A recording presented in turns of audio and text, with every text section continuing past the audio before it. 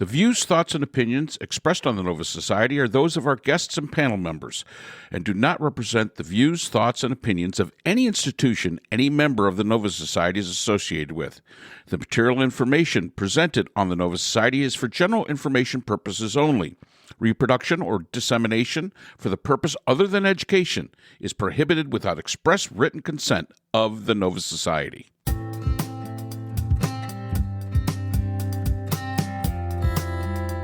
We'd like to welcome everyone back to the Nova Society, and today we go back to our listener emails, and we are being asked about a recent series when we took on the Trump-Biden debates, and with the news that has come out since then, and Joe Biden's recent news conference not going exactly as planned, we're asked if our opinions about what Joe Biden should do has changed. And during this conversation, Brooklyn brought us a very interesting perspective that we took up. So, let's listen in.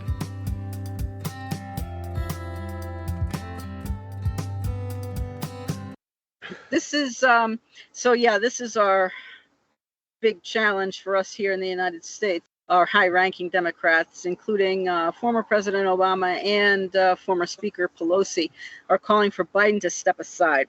His press conference last night was not a good moment when he called Zelensky Putin and referred to Vice President Harris as Vice President Trump. Does the panel think that Biden will listen? If so, so far no Democrat has specifically said how a new nominee could be selected. Has the panel's opinion changed on how this might be done, considering all the talk post-debate? So from Stephanie in Chicago, and as I had shared in an email, the one pointer that Dr. Alan Lichtman, the keys to the White House, predicted all the elections correctly except for Gore Bush. He had said that to keep the two keys of incumbency and stability, he felt that Biden can't run a campaign, then Biden shouldn't be running the presidency now, and that to keep those two keys to the White House, stability and incumbency, Biden should resign now and have Harris take over the presidency now, which gives them both those two keys that remain the same.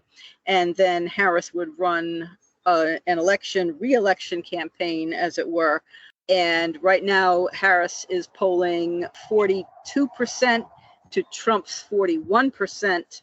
All the other possible people who might be nominated, if there were a Democratic convention nomination, I mean, that creates instability. Then the Democrats lose the incumbency key that Dr. Leishman felt was very, very important to keeping the White House.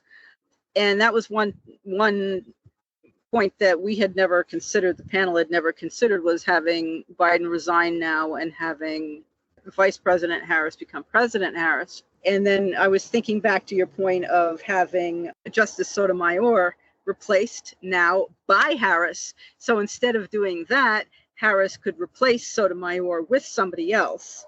So to have that being one of President Kamala Harris's first moves to replace Sotomayor with a younger justice. Anyway, so I don't know what your thoughts might be about that possibility, what Dr. Leishman said, as well as what our listener Stephanie from Chicago has asked. Have our thoughts changed at all? Mark, do you mind if I Please. So I think the reason that we didn't consider Joe Biden stepping down now as president, not just candidate, is because and allowing Kamala Harris to become the president, be the president for the next 4 months, prove herself to the American people and the rest of the world, run as an incumbent. Great idea. But anybody who's ever tried to take their car keys away from their dad knows that, yeah, it's one thing to get those car keys, but it's another thing to say, hey, Dad, and by the way, there's a really nice place for you to stay for the rest of your life, and it's called a home. It's a great solution, but there's only one person standing in the way, and that's the person who would be unable to finish what has been a really effective administration as president of the United States, something that he's long dreamed of, right? Beginning in probably 1988, Yes. 92, so on and so forth. He ran against Obama before he became Obama's vice president. He's run for president about 4 or 5 times before he finally got there. And we're Yes. asking him to step down before the end of his term. I'm going Yes. to guess that that's probably not in the cards, although I agree that it should be. Yes. Yeah. Because did you hear the reason? Yes. The interview with George Stephanopoulos and what President Biden said, that if Trump wins, and At least he Biden gave it the old college try, yes. right? Yes. Yeah, no, that's not cutting it either. But Yeah, I know that made me Okay. extremely concerned. Yeah. Yeah. Hold on, I'm about to get in my fetal position again. Yeah. Just thinking about Yeah. this. And the whole Project 2025 thing, and the other Trump lie. Oh, I don't know who they are. I don't like what they say. Well, if you don't know who they are and what Project 2025 says, then how can you not like what they say, or some of what they say? I mean, well, yeah, that's just. and there's plenty of videos Yeah. showing Trump shaking hands with them, the people who run Project 2025, and saying how great they are. And so, I mean, that's so for our listener Thomas in Topeka, there's plenty of video showing that Trump does know these people and they know him, and that they were on his in his administration, and that Project 2025, which you can find online and read for yourself, does mention Mr. Trump. And you can also look at Trump 47. I believe Right, Agenda 47, yeah. Crazy. Yep, online. You can see all this stuff and what is going to be coming if Mr. Trump is elected. So please look this up for yourself. All of our listeners, please look this up for yourselves. Or just understand how devastating it would be to veterans, to the national defense, to education, To women, to healthcare, to climate, to to children, it's an extreme agenda, and to the it's a economy. cookbook for disaster. Yeah. And I believe the Wall Street Journal was it that just had another round of economists coming out and saying if Trump's agenda comes into play, we will go into a deep recession and have incredible amounts of inflation. So that's not good. We don't want that. Nope.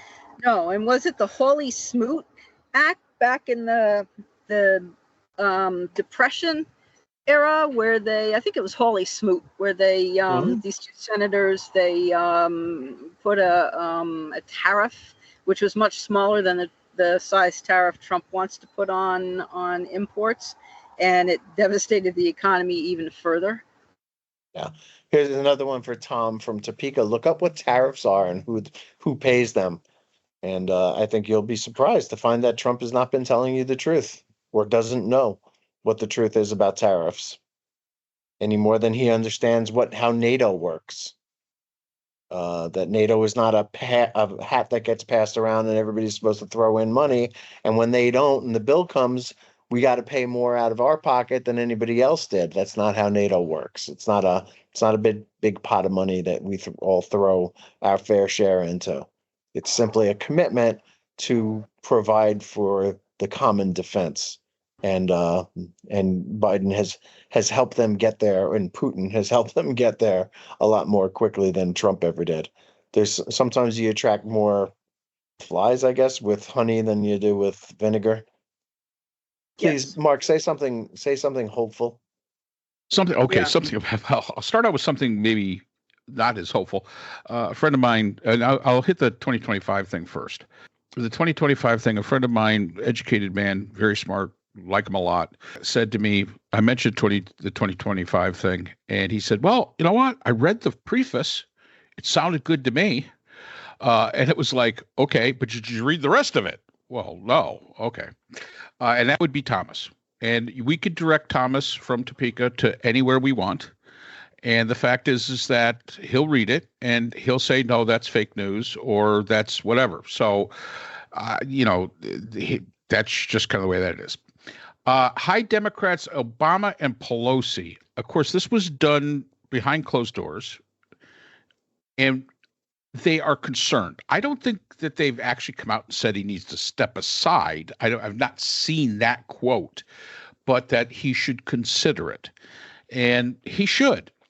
I mean, no, it is very bad when you introduce the president of Ukraine and you introduce him as the president of the nation that's blowing his country up. That's just not good. Now, the Trump-Harris gaffe, no doubt about it. That's a problem. But here's my thing, and I'm going to say something a little bit hopeful. This was brought up to me a few times that, Biden made this mistake. Well, okay, the man is old. I know I've mixed people up before in my time, and I'm not his age. It just happens sometimes. And if that's all you got, that he mixed up a name, did Biden give tanks by accident to the Russians because he didn't know what he was doing? And the answer is no, he did not. So, I mean, to me, this is just, a senior moment. It's kind of the way it works. I also took away from that this was brought up, these two gaffes, and they are gaffes. And Joe's been known to have gaffes his entire career. Even when he was a young man, he had gaffes. I mean, it's just the way he was. They'll focus on this because their strategy is bring someone else down to elevate our guy. But they never tell you what their guy is so great about to elevate him. It's just, oh, look at this. He can't get Zelensky and Putin right. To which my comment is Trump couldn't get his own doctor right. It was Ronnie Jackson, not Ronnie Johnson, who was standing there in the audience. But you know what? We don't focus on things like that. Because to me, that's a nothing burger. That's nothing. So,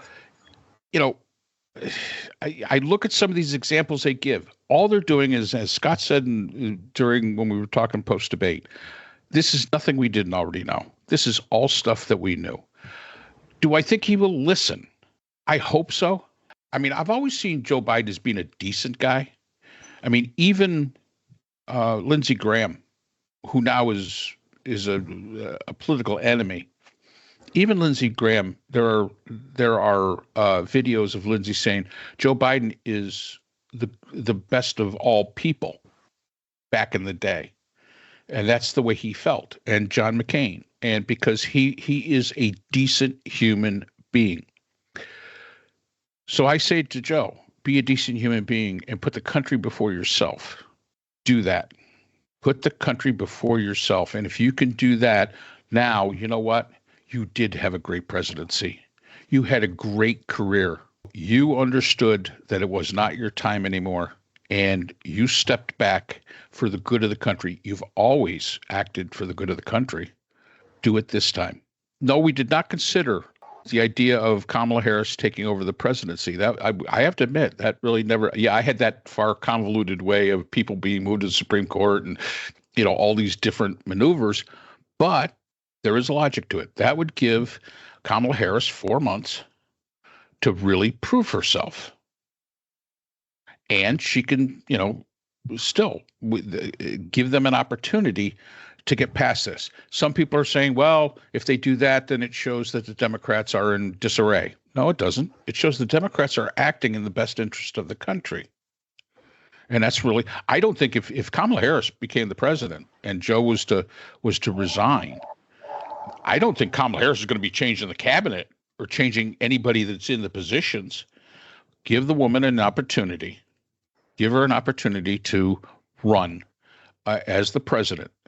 I think it's a lot cleaner doing this, getting Harris in, than it is to try to figure out how you're going to come up with a different nominee for the convention. Definitely. Absolutely. I've never really paid much attention to where Kamala Harris was when it came to the polls as it relates to against Trump. It is a very serious possibility that because of Biden's performance, again, remember, we've always said people vote against people as much as they vote for. And as long as she doesn't have a misstep, as long as she can get out there and really prove herself, I think she could do it. I mean, let's face it, she's what, 58, 59 years old. She's 20 years. She's 20 years, almost 20 years younger than anybody in the race. Now the question can be is the United States ready for a female president? That's the real question. Yeah, we'll say it now, but maybe that's the way to do it, is to have them dislike the other guy so much that they will elect a female president. So that's a definite possibility. And that's about my only change when it comes post-debate as far as my opinion is concerned. Although I still like my convoluted, evil overlord plan. I think that's kind of neat, but this would be much cleaner, no doubt. Well, if President Biden is in fact sundowning or does have a cognitive problem, he's not going to see or understand clearly what his own cognitive level is and his own physical capabilities are, especially when he becomes tired. That's what you got the 25th Amendment for. Unfortunately, that's what it's for. Yeah. And if his wife is encouraging him to stay in, I don't know if I would want to see if my husband were that age and so much were riding on an election. I don't know if I would want to put him through something like that. It'll kill him. Yeah. Basically, if he runs and if he was to win, yeah, he would not. I would predict that he would not survive his entire presidency. I mean, I would predict that. If he loses? Well, if he loses, then it is what it is. But I'm saying that if he was to win, I don't think he'd survive the 4 years. This is an elegant solution to an inelegant problem. If, in fact, Obama and Pelosi have discussed this, and let's remember, Joe Biden has been part of the Washington establishment for over 50 years. There are people that he respects on both sides of the aisle. And sometimes it requires an intervention. Because the alcoholic never knows he's an alcoholic until somebody sits down with him and says, hey, you got a problem. Obama. Obviously, this is going to be a bit of a process. Yep. It may be a staging in his head thing, right? Because we know that when Mark Warner, who I on this podcast touted as being the perfect replacement for Kamala Harris, the senator from Virginia, when he said he was going to put together a group of Democratic senators to go talk to Joe Biden, and they brought that up with Biden. Biden simply said, well, Mark is one of the more conservative senators we have on the Democratic aisle. And he also ran for this job himself, which is actually not accurate. I'm just going to, it's possible that Biden will get there and come to this conclusion that he needs to not only step down as the candidate, but as president of the United States. But that is a bitter pill for him to swallow, I am sure. And he'll fight it every step of the way until he can no longer deny that he is not the best candidate to go up against Donald Trump for all the reasons that we said earlier. He's not quick enough on his feet to fight back. He doesn't have the prosecutor mentality that Kamala Harris has, where she will go after Trump and ridicule him, and Trump hates black women anyway, and would find himself in a really ugly situation going after being opposed and insulted by and defeated by a black woman. I'm not making any predictions on this. You and I have said a million times, Mark, that we wish he had taken the graceful way out 2 years ago and at least plan not to run again. Had put that plan in motion. He didn't have to come public with it, because that makes him a lame duck right away, and it would be a ridiculous thing to do. But at least have a plan in his head for how he was going to go about this. And apparently, he's never done that. No. And he doesn't have a whole lot of time to do it, but it's what he should do probably. I think, you know. And if he decides that he's going to run, I'm going to vote for him. That vote is cast in stone, but it's the people for whose vote is not cast in stone that are going to be the deciders, not people like me. Right. Probably And- not people like you. Right. And as we've said, and I'm going to say this one more time, I said it after the post debate, I gave him 7 to 10 days. He had to make up his mind, because this is not something that he can wait until August to make up his mind on. Right. This has to happen to give whoever it's going to be a chance. He has to understand. He has to understand politics enough. I think I said before that I think his wife could be a very influential voice. Now that we're talking about Obama, also, I think he could be a very influential voice. And I think it's time that the leadership, and that includes Obama, to go up to the White House and say, Joe, here's what we got to do. They're friends, and sometimes that's what you got to hear it. You got to hear the inconvenient truths that this has to happen, but it should happen. It should happen shortly. It has to.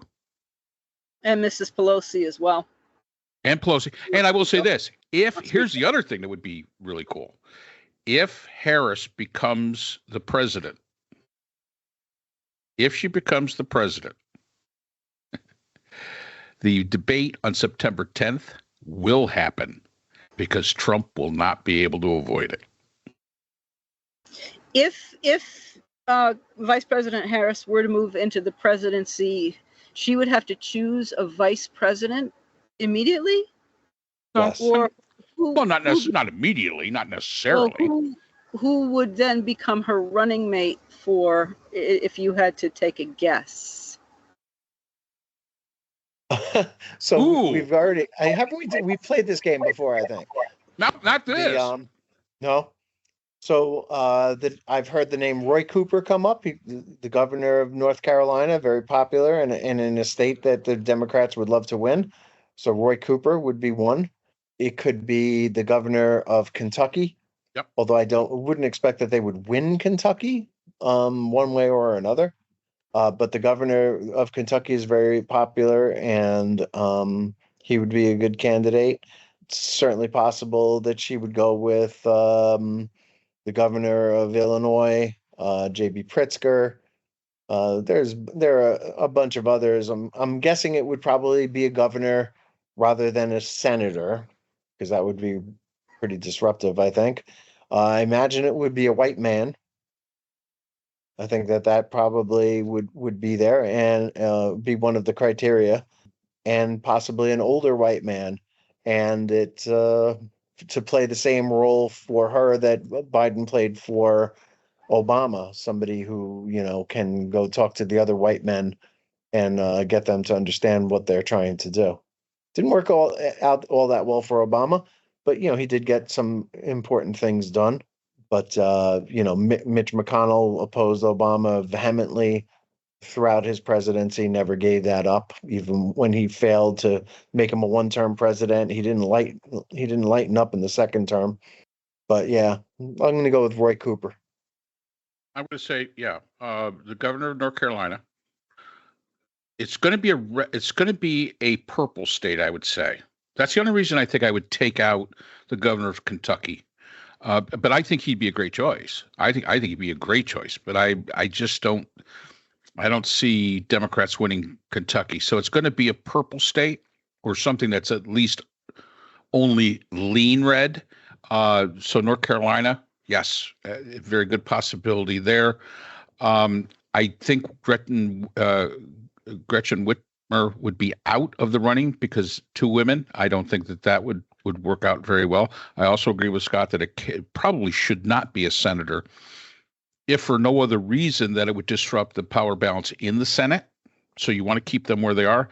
And let's face it, it is good to have, if you're going to have a senator as your as your president, it's good to have an administrator, like a governor, as your running mate. Governors are chief executives. Senators are not. So having that in place, I think would be an important aspect. You don't want to pick a governor from a blue state because you know you're going to win it anyway. You want to pick, and I would put the governor of North Carolina probably front and center on that group. I would put him front and center. So that's all the time we have for today's episode. The Nova Society is a production of the Phoenix Research Institute. We'd like to thank our sponsor for this week's episode, the Phoenix Research Group, an independent research consortium offering social issue solutions to NGOs and international government agencies through multidisciplinary, nonpartisan, and unbiased research. We'd also like to thank our podcast partners, Buzzsprout, who hosts the Nova Society, Audacity, our editing partners, Podkite, who does all our analytics, iHeartRadio, where people get their music and podcasts, Apple iTunes, the largest source of music and podcasts on the internet, Spotify, the most popular source for the Nova Society. The Nova Society is available on all these and other quality platforms mentioned in our description. We'd like to thank our listeners. Without you, the Nova Society would not be possible. If you have a comment, a question, or would like to be a guest on the Nova Society, we can be reached at nova.society.podcast@gmail.com. Always remember, the power of society is knowledge. So for Dr. Scott Gershwer, Dr. Priscilla Hobbs, Dr. Brooklyn Ann Weldon, and all of us here at the Nova Society, I'm Dr. Mark Bound. Be well, and we hope to see you again next time.